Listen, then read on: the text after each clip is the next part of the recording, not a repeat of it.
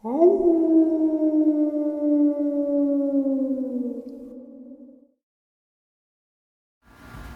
greetings and salutations, everyone. I hope everyone is still doing well. Welcome back to tonight's second half. Before we jump into tonight's second half, a couple links. As you know, I rely on Patreon, PayPal, and the merch to help the channel to continue to grow and go.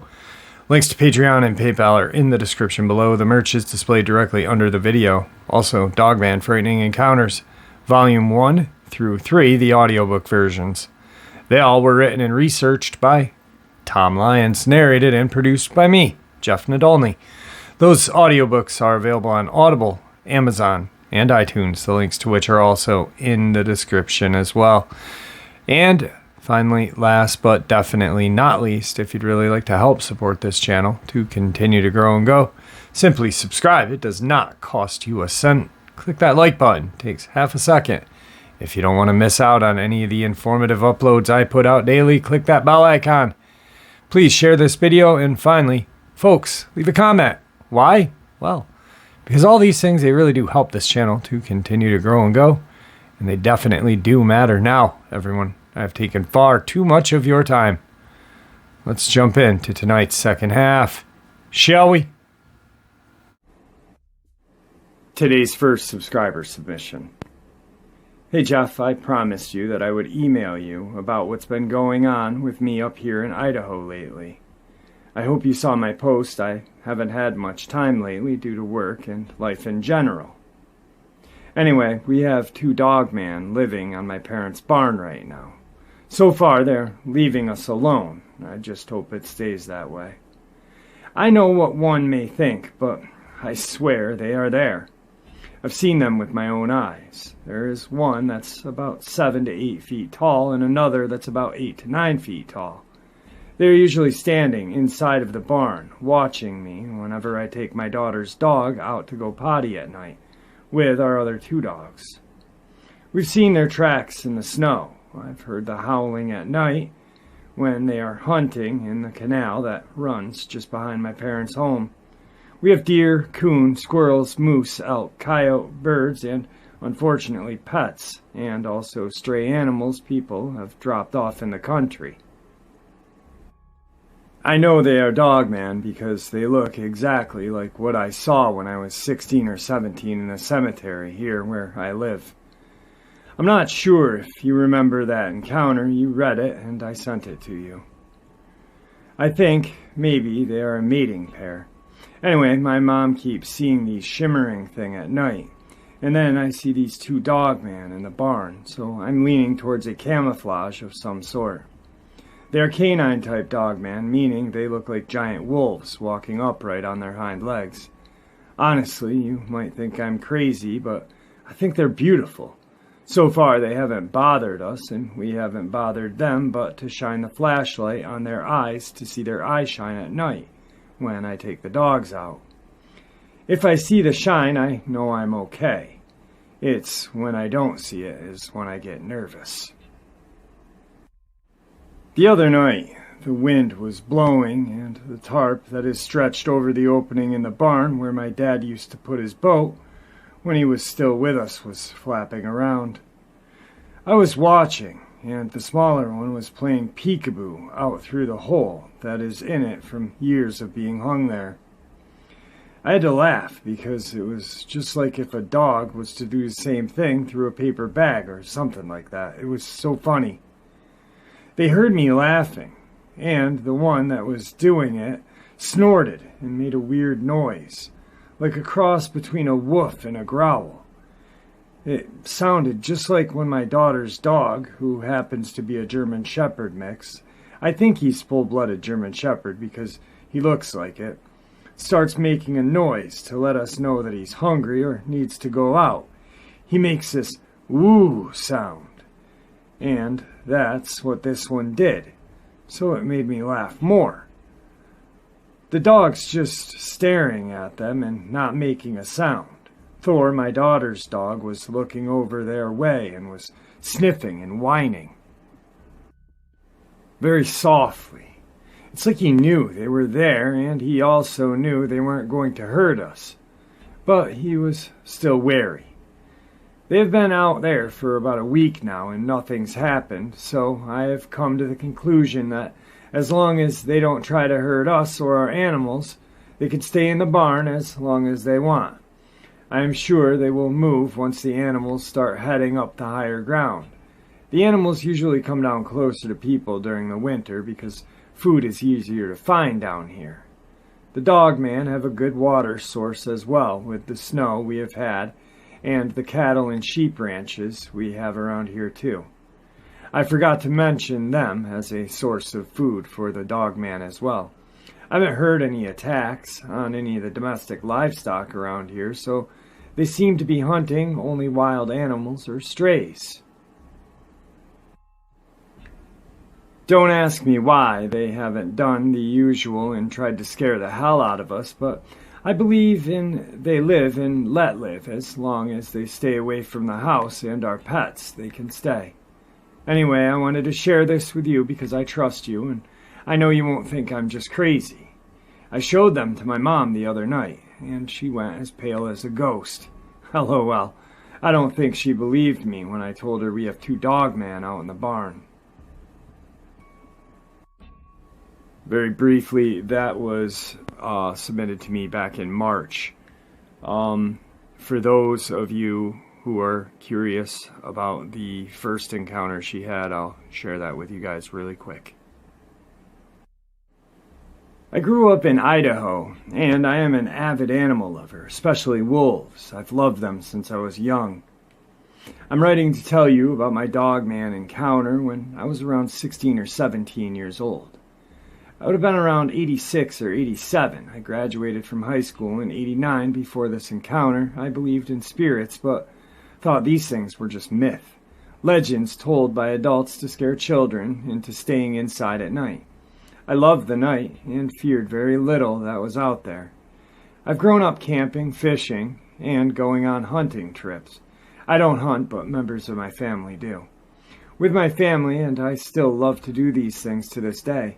I don't fear the woods, but I am extra cautious in them now that I know that these things are out there.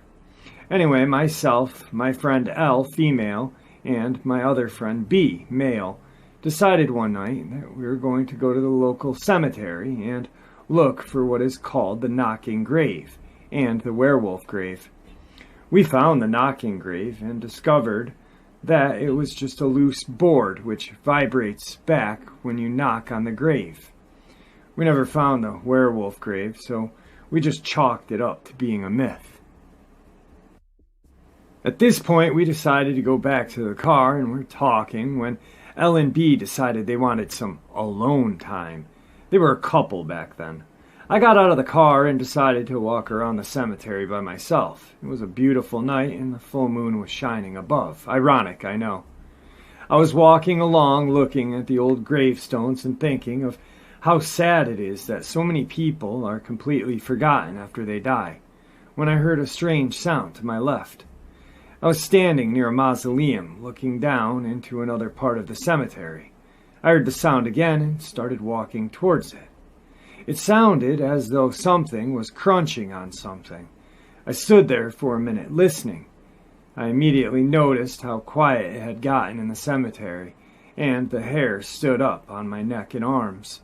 Usually there is noise from cars or dogs barking or crickets or something like that, but there was nothing. Then I saw a silhouette of something big and black standing a little ways away from me. Around 25 feet, just to be exact. Something told me to back away slowly and leave now, but I ignored it. I crept closer to the creature, never taking my eyes off of it. My eyes adjusted to the darkness, and I could see very well, especially with the moonlight helping light up the night. What I saw terrified me and also piqued my curiosity. The creature first looked like a huge wolf, but the front legs and torso were abnormally large, and the back legs were huge as well. It had a long, furry tail behind it, just like a wolf's tail. The head was huge, and it had long, pointed ears with tufts of fur at the tips, from what I could see, and it was leaning down and was eating something. The sounds I had heard was the crunching it made when it bit into whatever it was eating. I was excited because I had always wanted to see a wild wolf, and I thought that's what I was looking at. I figured that maybe a wolf had escaped the zoo that was right next door to the cemetery and had caught a rabbit or something. I realized, though, that the zoo didn't have a wolf in it, and hadn't had one for years.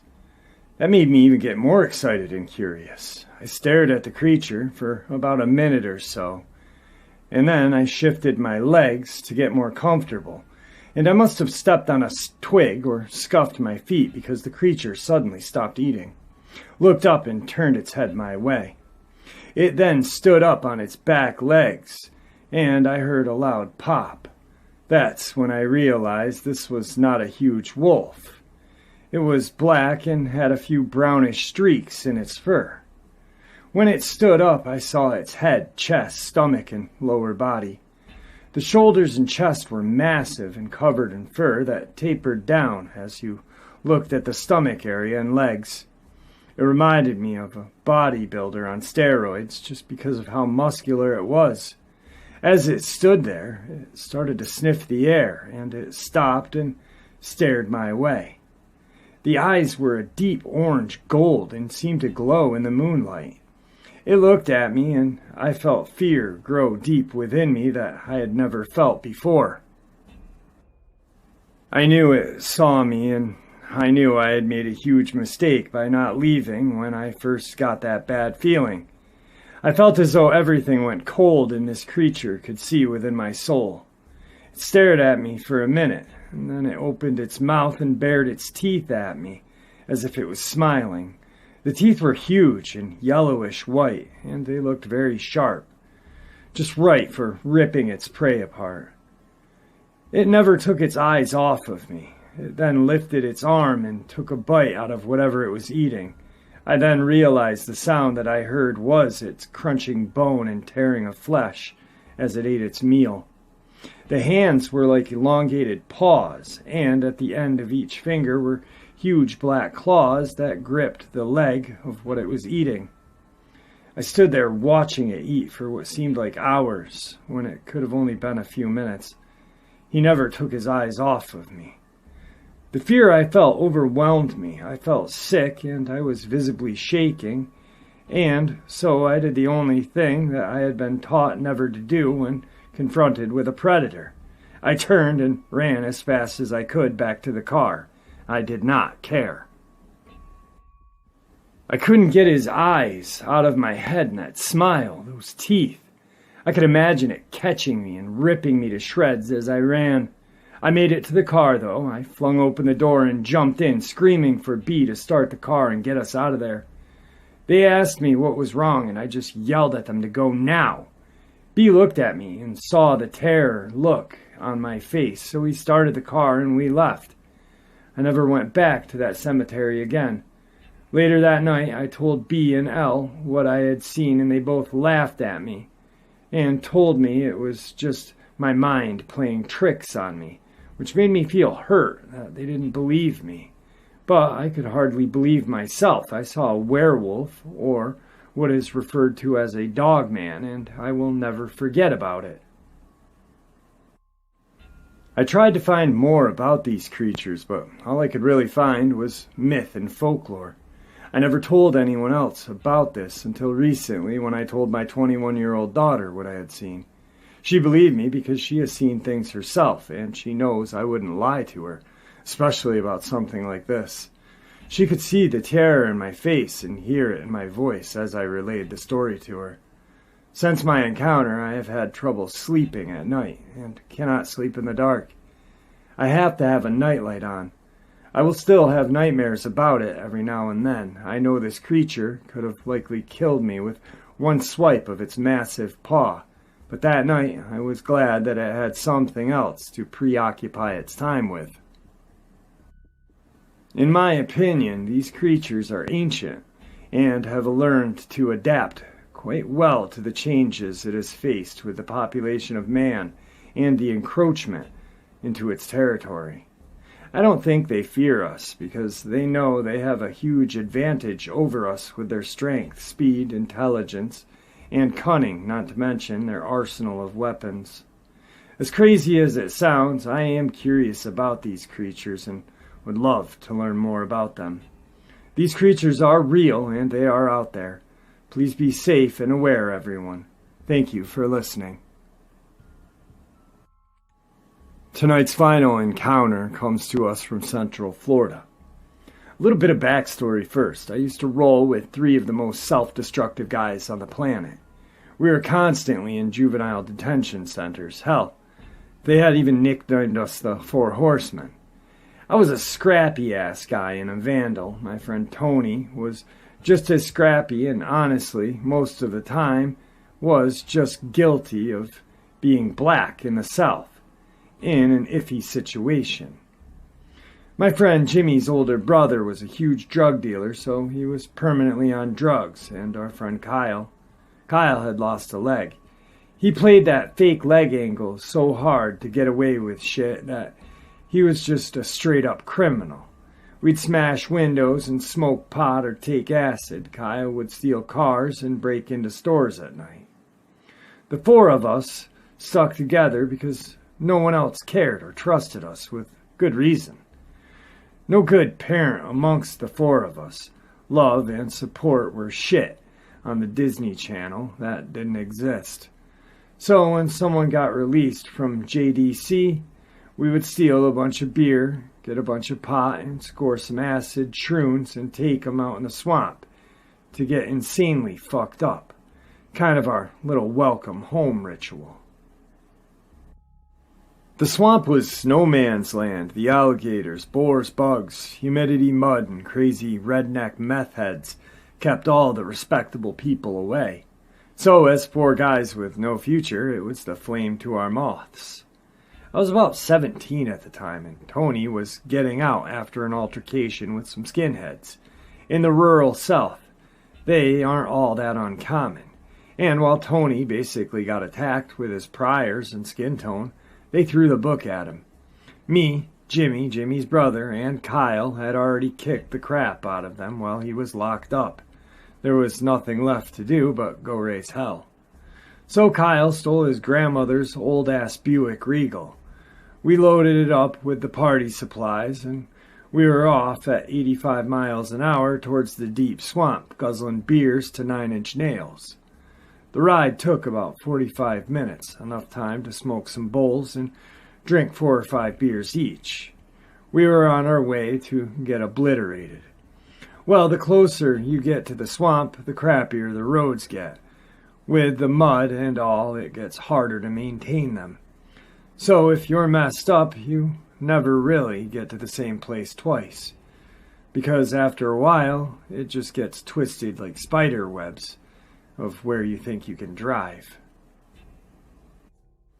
We managed to park at what seemed like it was a place to park, and started to walk off when Jimmy stopped us. He smiled really big as he whipped out a bag of shrooms from his pants. We all split the bag into 4 portions, then, without pausing, ate a fistful of magic mushrooms each. Like I said, if destroying your life was a sport, we were pros. Then we returned to walking into the dark and isolated swamp woods, thinking, as always, we were invincible.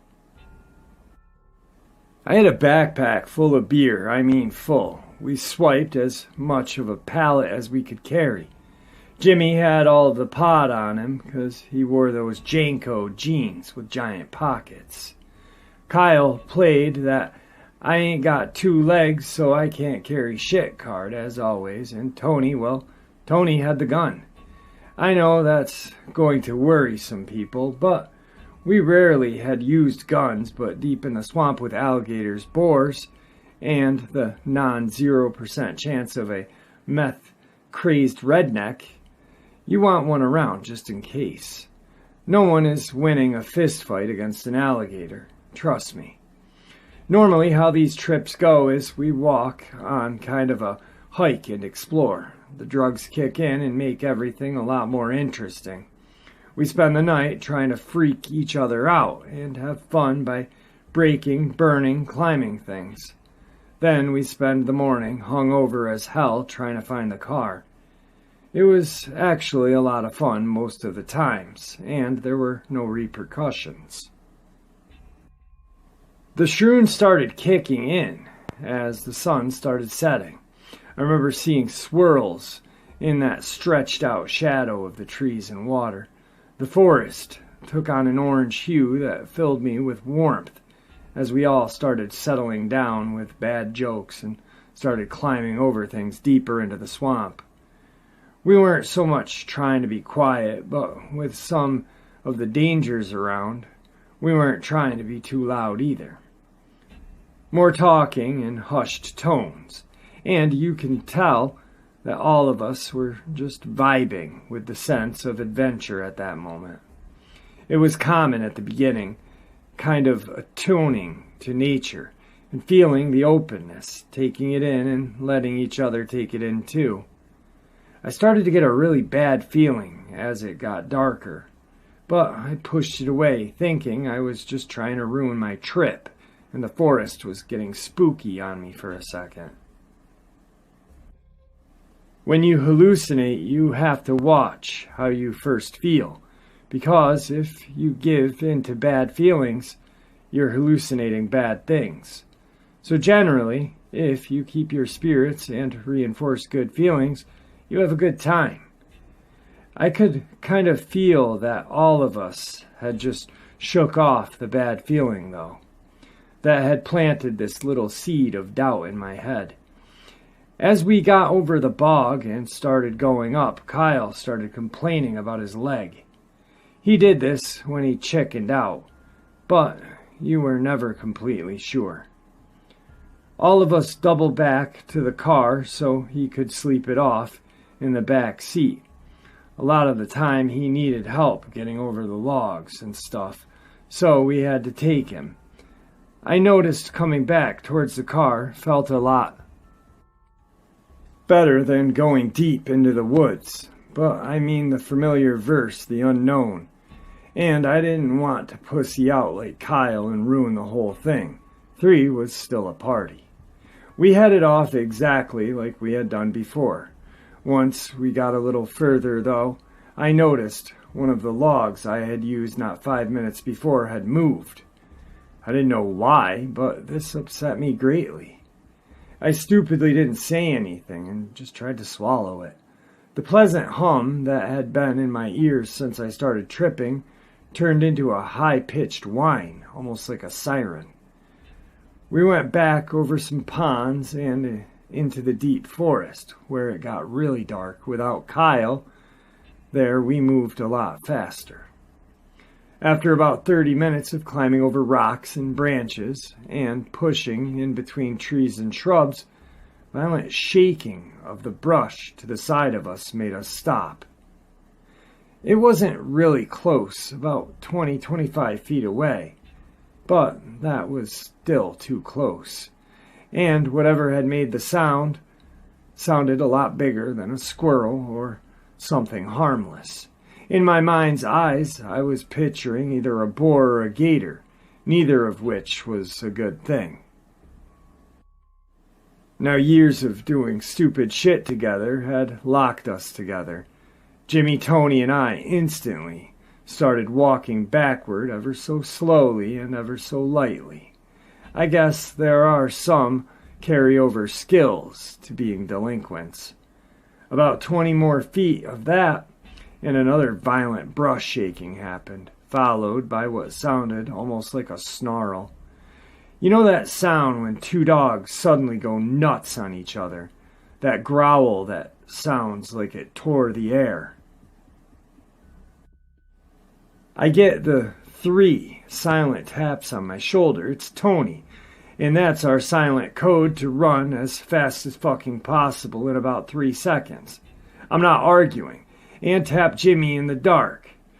We had been pulling closer to each other as we pulled back, so at this point, it was shoulder to shoulder.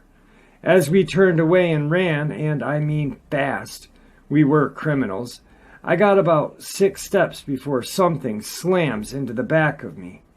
I can hear cans falling out of the bag and popping. I smell like beer. I ran even harder, 5 minutes of pure running full out, and sounds of the chase go silent. 5 minutes after that, we stop running as we come to the crossing where Kyle turned back. "Hey, help me cross," Kyle says from the other bank. I guess he decided to man up. The shot rings out over the water and Kyle falls over backward, holding a bullet wound to his chest. I dive at Tony, pointing.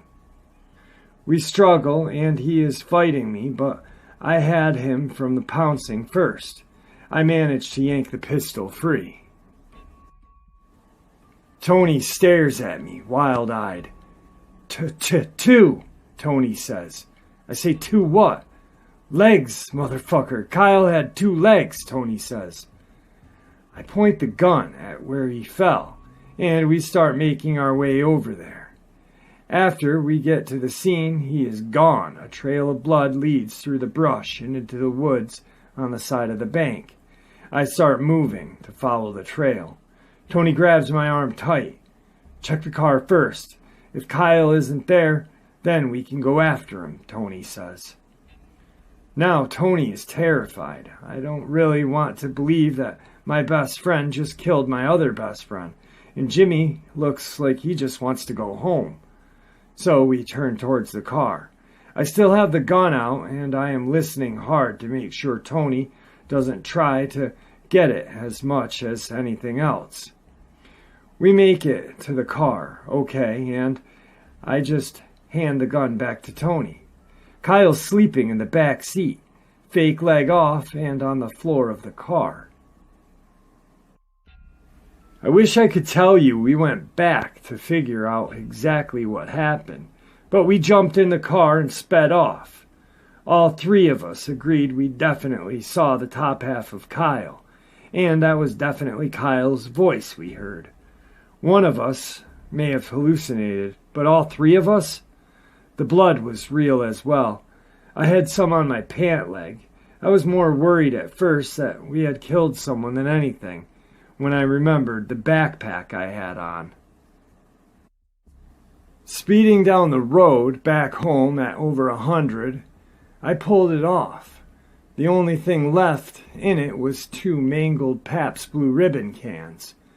When I held up the pack, though, there was 4 shreds from claws. Nothing in it. Swamp has claws like that. Cougars don't go that deep into the bog, and the claws are more hand size.